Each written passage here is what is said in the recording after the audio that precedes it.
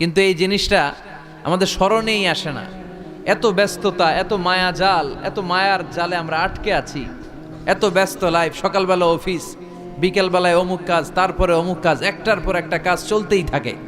এই ব্যস্ততার কারণে আমাদের জীবনটা সুপার বিজি লাইফ আমরা লিড করছি, আমাদের জন্য সময়ই নাই, কিন্তু চলে যেতে হবে। এজন্য সাইয়েদনা ওমর ফারুক বলতেন, মুতু ক্বাবলা আন তামুতু, মরার আগে একবার মরো। হাসিবু ক্বাবলা আন তুহাসাবু আলাইকুম, তোমার হিসাব নেওয়ার আগে তুমি তোমার একবার হিসাব নাও। আমাদের প্রত্যেকের নিজের একটা হিসাব আছে না নাই? কথা বলেন। নিজে খাতা কলমের মধ্যে একটু লিস্ট করবেন যে আমি জীবনে এই ভালো কাজ করেছি, এই খারাপ কাজ করেছি, আসলে আমার অবস্থানটা কই হওয়া উচিত। নিজে খাটের মধ্যে একবার শটাং হয়ে মরার মতো শুয়ে থাকবেন, ভাববেন যে আমি মরে গেছি।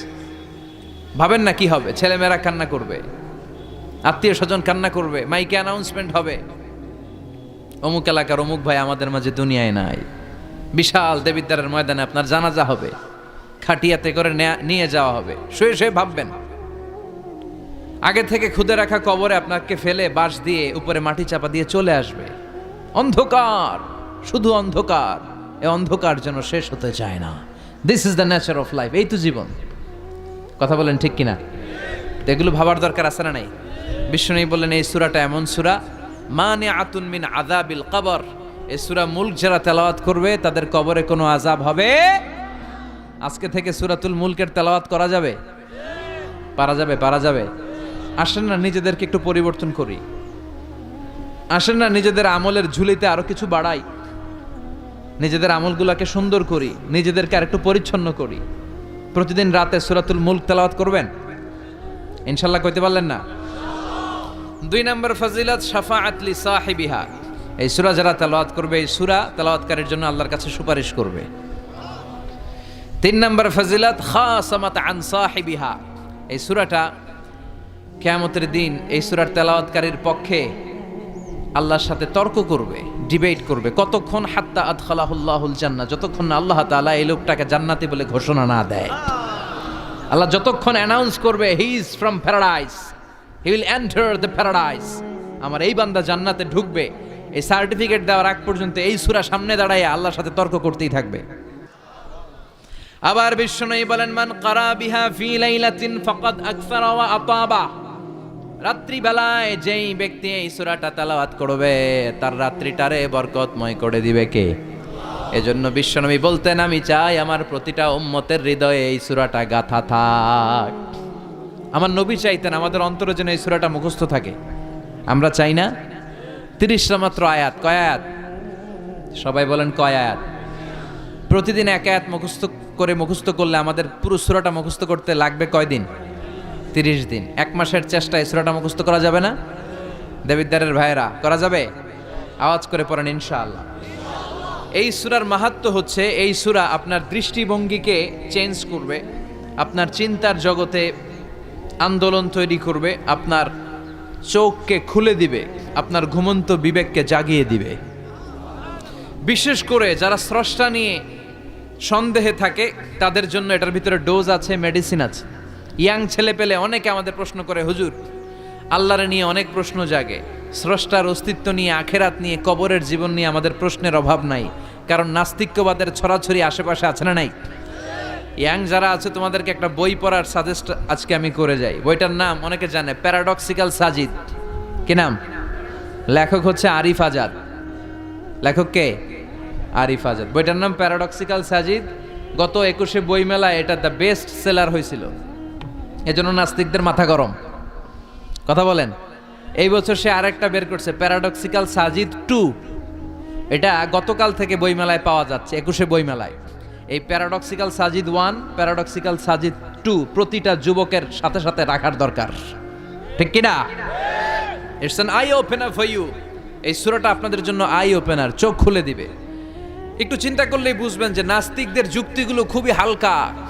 ওরা স্রষ্টাকে মানতে চায় না, আল্লাহরে মানতে চায় না। এর কারণ ওরা বলে আনসিন ইজ নাথিং, যেটারে দেখি না ওইটা মানি না। নাজুবিল্লাহ পড়বেন না? কিন্তু ওরা ওদের জীবনে অনেক কিছু দেখে না, ওরা মানে না। কথা কন। আচ্ছা, আপনি আপনার জীবনে সরাসরি চোখ দিয়ে আমেরিকা দেখছেন? কথা কয় না। তা আমেরিকা যে আছে মানেন না? যারা এখনো হজে যান নাই, হজে যারা এখনো যান নাই, কাবা ঘর নিজ চোখে সরাসরি দেখছেন? টিভিতে না, টিভিতে তো সবাই দেখছি, সরাসরি কাবা ঘর দেখছেন? তো আপনি যে দেখেন নাই, আপনি সৌদি আরব যে আছে কাবা ঘর যে আছে মানেন না? নাস্তিকরা বাতাস খালি চোখে দেখে না, দেখে, কিন্তু নাস্তিকরা বাতাস মানে না। Why do you believe on that? তো বাতাস মানুষ কেন? তোর দাদা তোর বাবা কোনোদিন বাতাস দেখছে? তুই তোর চোখ দিয়ে কোনোদিন বাতাস দেখেছিস? Do you see the air in the atmosphere? উত্তরে বলবেন no. So why do you believe on that? বাতাস বিশ্বাস করো কেন? Do you see the migraine pain when someone feel in his head? কেউ যখন মাথা ব্যথা অনুভব করে, বলে যে আমার মাথাটায় প্রচন্ড ব্যথা, ওর যে মাথা ব্যথা দেখা যায়? কথা বলেন। ভাইজানের মাথা ব্যথা প্রচন্ড দেখা যাচ্ছে? মাথা ব্যথা থাকলেও মাথার অবস্থা যা, না থাকলেও এটা দেখা যায় না। So why do you believe on that? মাথা ব্যথা দেখা যায় না তো বিশ্বাস করোস কেন? এগুলো কপাল পড়া, এগুলো হচ্ছে নাম্বার 1 হাদারা মুল্লুক্কা পাঠা। এদের দলিলগুলো একেবারে নড়বড়ে। কুফানগরীতে এক নাস্তিক ছিল, সে বলে বেড়াতো আমি আল্লাহরে দেখি না তাই মানি না। কুফানগরীর লোকজন বলে আমাদের এক ইমাম আছে নাম নু'মান ইবনু সাবেত, ওনার সাথে বসলে তুমি আল্লাহরে দেখতে পাবা। সে বলে তাই, তাহলে তোমাদের ইমামকে ডাকো। সাইয়েদনা ইমাম আবু হানিফা টাইম দিলেন, এই জুমার দিন, আজকে জুমার দিন না, এই জুমার নামাজের পরে ঠিক ভর দুপুরে 2টায় সবাই আমরা একত্রিত হব, নাস্তিকও আসবে, সাইয়েদনা ইমাম আবু হানিফাও আসবে। জুমার সালাতের পরে লোকের বন্যা বয়ে গেল, বাঁধ ভাঙা জোয়ার, অনেক মানুষ, নাস্তিক এসেছে, লক্ষ লক্ষ লোক এসেছে, আসে নাই ইমাম আবু হানিফা, আসে না আধা ঘন্টা 1 ঘন্টা 2 ঘন্টা পরে আসছে। নাস্তিক বলে এই তোমাদের ইমাম, যার কোনো সময়ের জ্ঞানই নাই, এর সাথে কিসের তর্ক? সাইয়েদনা ইমাম আবু হানিফা বলে ইনদি উযর, আমার ওজর আছে। কি ওজর? সাইয়েদনা ইমাম আবু হানিফা বলেন আমি ঘর থেকে বের হয়ে আসার পথে একটা নদী পার হয়ে আসতে হয়। আজকে এসে দেখি নদীর মধ্যে কোনো মানুষ টানুষ নাই, নৌকা নাই, মাঝি নাই, কিচ্ছু নাই। তো হঠাৎ দেখলাম পাশে বিশাল বড় একটা গাছ, এই গাছটা এমনি এমনি 2 ভাগ হয়ে গেল। হঠাৎ গাছ থেকে এমনি এমনি লম্বা তক্তা হয়ে গেল, এমনি এমনি তক্তাগুলো জোড়া লেগে নৌকা হয়ে গেল। আর নৌকা আমার সামনে আসলো, মাঝি ছাড়া, লগি বৈঠা ছাড়া আমি নৌকায় যেয়ে বসলাম। নৌকাটা আমার নিয়ে টান দিয়ে সাঁ করে ওপার নিয়ে গেল। তো এই যে এই কাজগুলো আর প্রসেসিংগুলো হতে আমার 2 ঘন্টা সময় লেগেছে। নাস্তিক কয় তগ ইমাম গাঞ্জা খাইছে, মাথার তার ছিঁড়া গেছে, নাহলে কোনো সুস্থ মানুষ এ কথা বলতে পারে? এমনি এমনি নাকি গাছ ভেঙে তক্তা হয়, এমনি এমনি নাকি তক্তা লেগে নৌকা হয়, এমনি এমনি নাকি মাঝি ছাড়া নৌকা চলে? সাইয়েদনা ইমাম আবু হানিফা বললেন এই তো আপনি লাইনে চলে আসছেন, আপনারে বুঝানো এখন আমার খুব সহজ হবে। এমনি এমনি গাছ কাটে না করাত ছাড়া, এমনি এমনি তক্তা জোড়া লাগে না, নৌকা হয় না মিস্ত্রি ছাড়া, এমনি এমনি নৌকা চড়ে না মাঝি ছাড়া। তাহলে এত বিশাল বড় আকাশটা কেমন করে এমনি এমনি হলো? জমিনটা কেমন করে এমনি এমনি হলো? সাগর, মহাসাগর, পাহাড়, মরুভূমি কেমন করে এমনি এমনি হলো? এগুলোর একজন স্রষ্টা আছে না নাই? নাস্তিক কয় তাই তো, আসলেই তো আমি হাদারাম, আসলেই তো আমি উল্লুক্কা পাঠা, এইভাবে তো আমি কখনো ভেবে দেখি নাই, এইভাবে তো কখনো চিন্তা করি নাই। ও ইমাম, তুমি আমার ঘুমন্ত বিবেককে জাগিয়ে দিয়েছো, তুমি আমার চোখের সামনের পর্দাটা উঠিয়ে দিয়েছো, তুমি আমার দৃষ্টিভঙ্গিকে পরিবর্তন করে দিয়েছো। ও ইমাম, তুমি আমার চোখ খুলেছো, তুমি আমাকে হক চিনতে সাহায্য করেছো। আর দেরি করতে চাই না, আমারে পড়িয়ে দাও লা ইলাহা ইল্লাল্লাহু মুহাম্মাদুর রাসূলুল্লাহ। কালিমা পড়ে মুসলমান হয়ে গেছে। আল্লাহু আকবার পড়েন। এমনি নাস্তিকদের জন্য এই সূরার ভেতরে আল্লাহ তাআলা অনেক দিকদর্শন রেখেছেন, জীবন দর্শন রেখেছেন। আল্লাহ বুঝাতে চান যে গোলাম, আমারে চেনার জন্য, আমারে দেখার জন্য তোর ডক্টরেট ডিগ্রি লাগবে না, তোর ব্যাচেলর ডিগ্রি, মাস্টার্স ডিগ্রি লাগবে না। তুই আমার সৃষ্টির দিকে একটু নজর করে তাকা, একটু ঠান্ডা মাথায় চিন্তা করে দেখ, একটু সাগরের দিকে তাকা, একটু নদীর দিকে তাকা, একটু পাহাড়ের দিকে তাকা। তাকালেই তুই বুঝবি সামওয়ান ইজ কন্ট্রোলিং এভরিথিং। একজন এমডি আছে, ম্যানেজিং ডাইরেক্টর, মহা ব্যবস্থাপক, যিনি গোটা বিশ্বের সব ব্যবস্থাপনার আঞ্জাম দিচ্ছেন। চিল্লায় বলেন ঠিক কিনা? আল্লাহ বলে তুই সাগরের দিকে তাকা, পাহাড়ের দিকে তাকা, নদীর দিকে তাকা। সাগরের দিকে তাকালে আমি আল্লাহরে খুঁজে পাবি। ঝর্ণার দিকে তাকা, ঝর্ণার মধ্যে আল্লাহর নিদর্শন আছে না নাই? ঝরনা ঝরনা ঝরনা রে, বলনা বলনা বলনা রে, কার বিরহে পাগল পাড়া তুই, কার মিলনে ফুল ফসলে ভরা রে তোর দুকুল ভই, কার মিলনে ফুল ফসলে ভরা রে তোর দুকুল ভই, ঝরনা ঝরনা ঝরনা রে, বলনা বলনা বলনা রে, কার বিরহে পাগল পাড়া তুই। সুবহানাল্লাহ পড়েন। ঝরনা দেখছেন কোনোদিন? হড়ে হড়ে দেখছেন? সিলেটে মাধবকুণ্ড জলপ্রপাত, আর কোথায়? সীতাকুণ্ড, আর কোথায়? রাঙ্গামাটি, আর শ্রীমঙ্গল। ঝর্ণা আছে না? এই ঝর্ণার দিকে তাকাবেন, ঝর্ণার ঝরঝর শব্দের আওয়াজগুলো বুঝার চেষ্টা করবেন, দেখবেন ঝর্ণা আপনাকে বলে দিবে যে আমার স্রষ্টা কে। আল্লাহর সৃষ্টির দিকে তাকালে আল্লাহরে পাওয়ার সুযোগ আছে না নাই? এই তথ্যগুলো, এই উপাত্তগুলো, এই মেসেজ আর ইনফরমেশনগুলো আল্লাহ তাআলা এই সূরার ভেতরে ভরে দিয়েছে। শুনতে রাজি আছেন? আওয়াজ করে বলেন তো সূরার নাম, আরো জোরে সবাই বলেন কি নাম? মুলক। মুলক মানে কি? মুলক মানে রাজত্ব, মুলক মানে ক্ষমতা, মুলক মানে পাওয়ার, মুলক মানে কিংডম, মুলক মানে সভরেইনটি, মুলক মানে অথরিটি কার? এজন্য রাব্বুল আলামিন বলেন তাবারাকাল্লাযী বিয়াদিহিল মুলকু ওয়া হুয়া আলা কুল্লি শাইইন কাদির। সুমহান সেই সত্তা যার হাতে ক্ষমতা, আর তিনি সকল কিছুই করতে ক্ষমতাবান, সবকিছুর উপর কর্তৃত্বশীল। চিল্লায় বলেন ঠিক কিনা? তাবারাকাল্লাযী, সুমহান তিনি, বিয়াদিহিল মুলক, যার হাতে ক্ষমতা। ক্ষমতা কার হাতে? নাকি প্রধানমন্ত্রীর হাতে, র্যাবের হাতে, পুলিশের হাতে, আমনেগো হাতে? আপনারা তো কোন ক্ষমতা সব আমগো হাতে। সকল ক্ষমতার উৎস কে? সকল ক্ষমতার উৎস আল্লাহ, কিন্তু আমরা বলে থাকি সকল ক্ষমতার উৎস জনগণ। এটা যুক্তিতে টিকে না। কি ক্ষমতা আছে আমাদের? কি ক্ষমতা আছে? কোনো ক্ষমতা নাই। মানুষকে আল্লাহ তেমন কোনো ক্ষমতাই দেয় নাই, যেটা দিছে এটার ক্ষমতা বলা যায় না। চিল্লায় বলেন ঠিক। আসল ক্ষমতার মালিক হলেন আল্লাহ। আমাদেরকে তো আল্লাহ দুর্বল করে বানিয়েছেন। ওয়া খলিকাল ইনসানু দাঈফা, আমাদেরকে দুর্বল করে তৈরি করেছে কে? শুধু আমরাই দুর্বল না, আমি দুর্বল, আমার বাপ দুর্বল, আমার দাদা দুর্বল, আমার 14 গোষ্ঠী দুর্বল। আমরা দুর্বলের ঘরের, চিল্লায় বলেন দুর্বলের ঘরের। সেই দুর্বলের ঘরের দুর্বল কয় আমরা সব ক্ষমতার উৎস।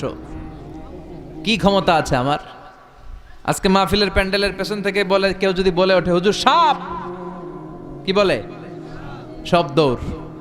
আমি আমার নানা ঘরে লয়ে দৌড় তুমি, এদিকে দৌড়া, চাচা আপন প্রাণ বাঁচা।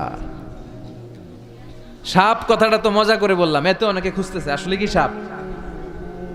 আর আসলেই যদি একটা anaconda, C snake, black mamba, king cobra, Python এসে ফস করে যদি প্যান্ডেলে যদি একটা ঢুকতো, পাওয়া যেত কাউরে? কথা কন। তো এই হচ্ছে আমাদের ক্ষমতা। সাপ বাদ দেন, বাবা ব্যাং চিনেন?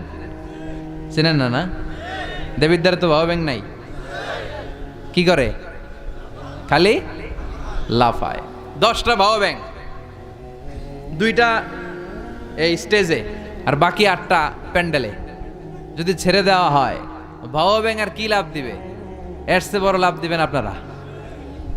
বাবা ব্যাঙের চেয়ে বড় লাভ দিয়ে আমরা দৌড়াইতে শুরু করব। কত অসহায় আমরা, কত দুর্বল। বল্লা পোকা, মৌমাছি আমাদেরকে কামড় দিয়ে উড়াল দেয়, এটারে ধরে যে মারমু এটাও পারি না। কুত্তায় আম করে কামড়াইলে আমরা কুত্তারে কামড়াইতেও পারি না। কি অসহায়। পিঁপড়া কামড় দিলে আমরা কিছু করতে পারি না। কানের ভিতরে যদি কারো পিঁপড়া ঢুকে থাকে বুঝবেন সে মজাটা কি। আহা, হ্যাঁ, বাঁচার কোনো সুযোগ নাই, কোনো ক্ষমতাই নাই। এরপরও আমরা বলি সব ক্ষমতার মালিক আমি। দেখবেন যাদের ডায়রিয়া হয় আর 5-7 বার টয়লেটে গেছে, এর চেহারার দিকে তাকানো যায় না। বৈশা গেছে, বৈশা যান।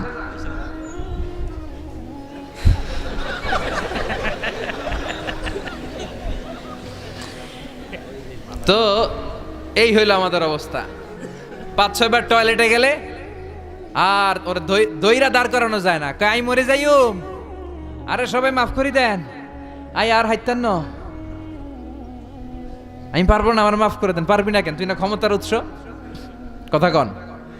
আসলে আমাদের কোনো ক্ষমতা নাই, আমরা দুর্বল। আসল ক্ষমতার মালিক একজন, চিল্লায় বলতে হবে তিনি কে। আমরা যে কত দুর্বল।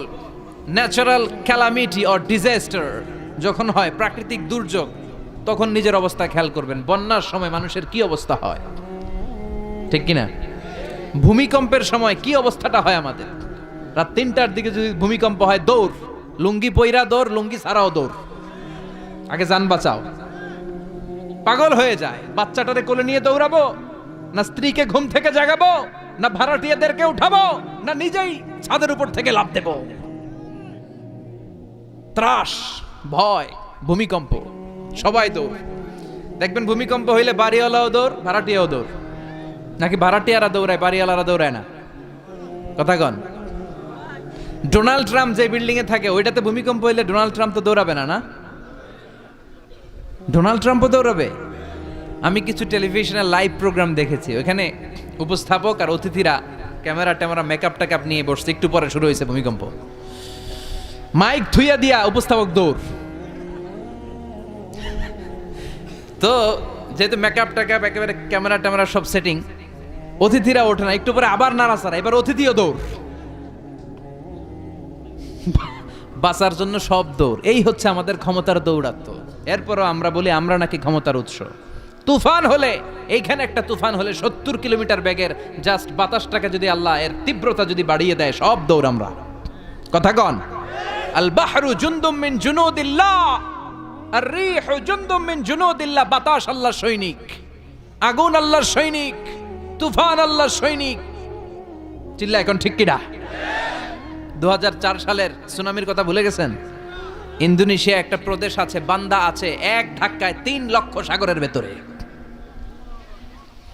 জাপানের কান্টো শহরে 1 লক্ষ নয়, একটা ধাক্কায়, কয়েক সেকেন্ডের ব্যবধান। একটু আগে নাচানাচি করতেছিল, দুম্মা চলে দুম, একটু পরে সব হয়ে গেছে দুম দুম। একেবারে সাইজ করে ফেলছে কে? আহা, কোনো ক্ষমতা নাই। ক্ষমতার মালিক কে? এজন্য রাব্বুল আলামিন বলেন, তাবারাকাল্লাযী বিয়াদিহিল মুলকু ওয়া হুয়া আলা কুল্লি শাইইন কাদির। সুমহান সেই সত্তা যার হাতে ক্ষমতা। ক্ষমতা কার হাতে? কক্সবাজারে দেখবেন একটা দ্বীপ আছে, একমাত্র দ্বীপ যেটাতে পাহাড় আছে, নাম মহেশখালী। ওইখানে বৌদ্ধদের স্বর্ণ মন্দির আছে। ওখানে তুফান টুফান শুরু হইলে বৌদ্ধরাও জিকির করা শুরু করে দেয় আল্লাহর। সুবহানাল্লাহ কইবেন না? তুফানে বললে দেখবেন হিন্দু, বৌদ্ধ, আস্তিক, নাস্তিক সবাই জিকির করে একজনের, চিল্লায় বলেন তিনি কে? আমরা মাঝে মাঝে আমাদের প্রোগ্রাম স্কেডিউল এত টাইট থাকে, মাঝে মাঝে আমরা প্লেনে, হেলিকপ্টারে এক জেলা থেকে আরেক জেলায় যাই বাধ্য হয়ে। সিলেটে প্রোগ্রাম, কক্সবাজারে প্রোগ্রাম, ওই অমুক জায়গায় প্রোগ্রাম, তো ফ্লাইট ধরা লাগে। তো আমরা আভ্যন্তরীণ ফ্লাইটে চড়ে চড়ে আমরা যাই। তো আমরা যখন যাই, ওখানে কিছু এয়ার হোস্টেস থাকে বিমানের ভেতরে, এদেরকে বলে বিমানবালা। খুব সুন্দরী স্মার্ট নারীদেরকে তারা রিক্রুট করে, নিয়োগ দেয়। এদের যদি 3-4টা সন্তান হয়ে যায়, এদেরকে আবার চাকরিতে রাখে না। সৌন্দর্যটাই যাদের পুঁজি। তারা লিপস্টিক মেখে, পারফিউম মেখে, মেকআপ করে, ভেরি বিউটিফুল লেডি। ওরা আসে, এসে আমাদেরকে খাবার টাবার দেয়, ইনস্ট্রাকশন দেয়। তো বিমানটা, আভ্যন্তরীণ বিমানগুলো বাংলাদেশের ভেতরে যেগুলো চলে, এগুলো 14 থেকে 15,000 ফিট উপরে ওঠে। তো বিমানটা প্রথমে রানওয়েতে ট্যাক্সি করে, মানে বিমান যখন মাটিতে চলে এটাকে বলে ট্যাক্সি। কি বলে? ট্যাক্সি ছেড়ে যখন উপরে ওঠে এটারে বলে টেক অফ। কি বলে? তো এটা যখন বিমানটা যখন টেক অফ করবে, তখন দেখলাম এই এয়ার হোস্টেসগুলো, যেগুলোর পর্দা নাই, হেজাব নাই, শালীনতা নাই, মাইক্রোফোন হাতে নিয়ে ঘোষণা দিচ্ছে, ভদ্র মহিলা এবং ভদ্র মহোদয়গণ, আপনারা আপনাদের সিট বেল্টগুলো বেঁধে নিন। এখনই আমাদের উড়োজাহাজটি শাহজালাল আন্তর্জাতিক বিমানবন্দর থেকে শাহ আমানত বিমানবন্দরের উদ্দেশ্যে 15,000 ফিট দিয়ে উড়ে যাবে। এরপরে পড়তে শুরু করে আল্লাহু আকবার, আল্লাহু আকবার, আল্লাহু আকবার। তো আমি উল্টা ঘুরে তাকাইলাম, কি রে এই মাইয়া আল্লাহু আকবার কয় কেমনে? ঘুরে দেখি হাতের মধ্যে এরকম কাগজ, এই কাগজ থেকে দেখে দেখে পড়তেছে। উচ্চারণ কিন্তু আমগমতো না, পড়তেছে আল্লাহু আকবার, আল্লাহু আকবার, আল্লাহু আকবার, সুবহানাল্লাযী সাখখারা লানা হাযা। পুরো দোয়াটাই পড়ছে, ওমা কুন্না লাহু মুকরিনিন ওয়া ইন্না ইলা রাব্বিনা লামুনকালিবুন। তো আমি হিসাব মিলালাম, ঘটনা কি? লিপস্টিক, মেকআপ, সুটেড, বুটেড, পারফিউম মাখা, হিপ হপ স্টাইলের মেয়ে, এরা আল্লাহু আকবার পড়ে কেন? তো তখনই খেয়াল করে দেখলাম যে বিমানটা এখন ছাড়ছে। জমিন ছেড়ে দিয়ে 15,000 ফিট উপরে যাচ্ছে, ওরা খুব ভালো করেই টের পায় এই 15,000 ফিট উপরে যখন বিমান থাকবে ওরে বাঁচানোর কেউ নাই, ওকে রক্ষা করার কেউ নাই, তখন ওর কোনো পাওয়ার নাই, কোনো ক্ষমতা নাই। চিল্লায় বলেন ঠিক কিনা?